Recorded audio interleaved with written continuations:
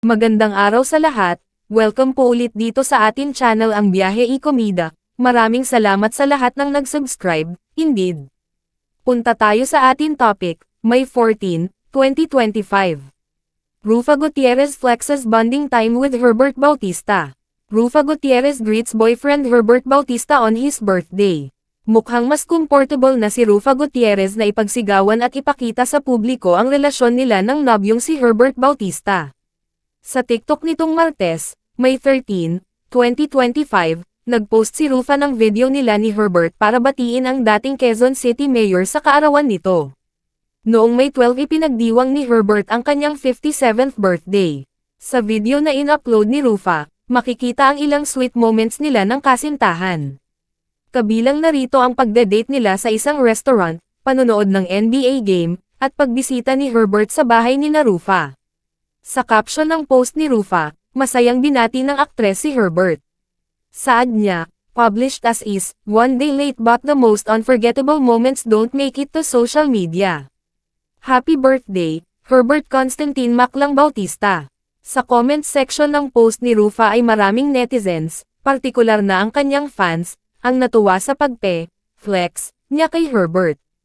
Komento ng isang netizen, I'm so happy for you, Miss Rufa.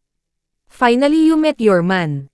Sabi ng isa, mahirap turuan ang puso, madalas kung sino pa yung ayaw ng iba for you siya talaga yung sinisigaw ng puso mo.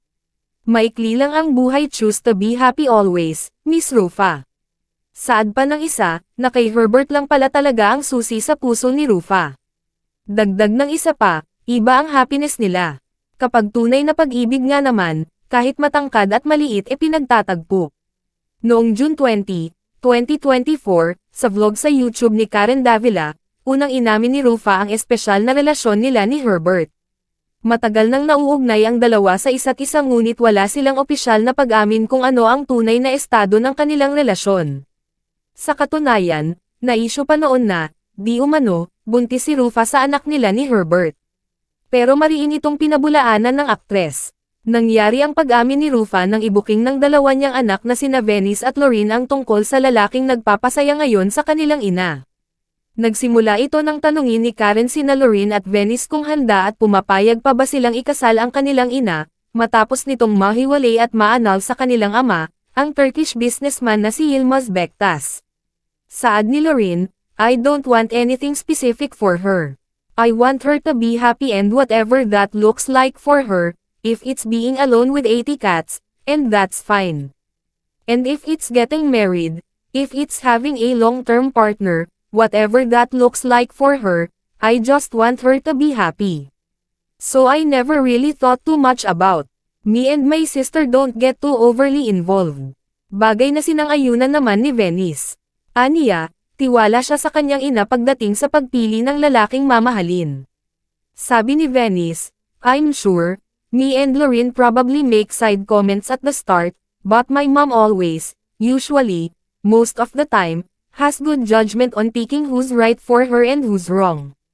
Her current partner now, he's lovely, he's a nice guy, he suits her really well, and she is ecstatic about him. So, of course, I'm very happy for her. And again, if she's happy, I'm happy. Dahil sa revelasyon ng dalawa niyang anak, hindi na nakaligtas pa si Rufa sa pag-uusisa ni Karen tungkol sa relasyon nila ni Herbert. Paliwanag ni Rufa, hindi sa itinatago niya ang espesyal na ugnayan nila ng dating alkalde ng Quezon City. Gusto lang daw niya talagang maging pribado kung anuman ang mayroon sila kung kaya't hindi niya maamin noon at hindi rin siya ma-post sa social media. Paliwanag niya, I think now, it's just better that a quiet personal life leads to more happiness. You know, it's not there to front, hey, baby, good morning. I love you, on Instagram. Like, how cringe, diba? Parang ano, you can flex slightly. Hindi man may bida ni Rufa ang relasyon nila ni Herbert online, nakatitiyak daw siyang seryoso at totoo silang nagmamahalan. Ibinuking din niya na sa set ng The House Arrest of US noong 2020, nagsimula silang magkapalagayan ng loob ni Herbert. Ang The House Arrest of US ay ang romantic comedy streaming series na pinagbidahan ng dating magkasintahang Catherine Bernardo at Daniel Padilla. Kabilang sa mga cast sina Rufa at Herbert, na gumanap bilang mga magulang ng karakter ni Catherine na si Q. Si Rufa ay ikinasal sa Turkish businessman na si Yilmaz Büyüktaş noong 2023. Tumagal ng halos 5 taon ang pagsasama nila bilang mag-asawa hanggang sa isa publiko nila ang kanilang paghihiwalay noong 2007 sa pamamagitan ng joint statement.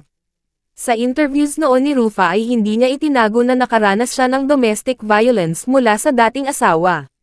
Ito rin ang dahilan kung bakit takot si Rufa na pumunta sa Istanbul, Turkey sa tuwing iniimbitahan siya noon ni Yilmaz.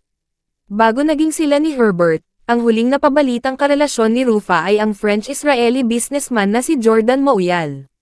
November 2020 nang ibunyag ni Rufa sa isang virtual press conference na winakasan na nila ni Jordan ang kanilang relasyon. 6 na taon ang itinagal ng kanilang pagsasama.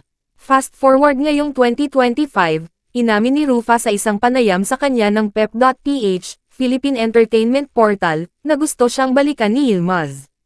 Ngunit si Rufa na raw ang nagdesisyong hinding-hindi na niya babalikan pa ang dating asawa. Bisitahin ang TikTok ni Miss Rufa at @iloverefug at i-follow ito. At yan ang ating latest showbiz chika update for today, huwag kalimutan mag-subscribe. Click the notification bell for more showbiz chika updates. Like and share the video at suportahan po ang ating Facebook page. Maraming salamat sa lahat ng nag-subscribe, indeed. Magandang buhay sa lahat, adios.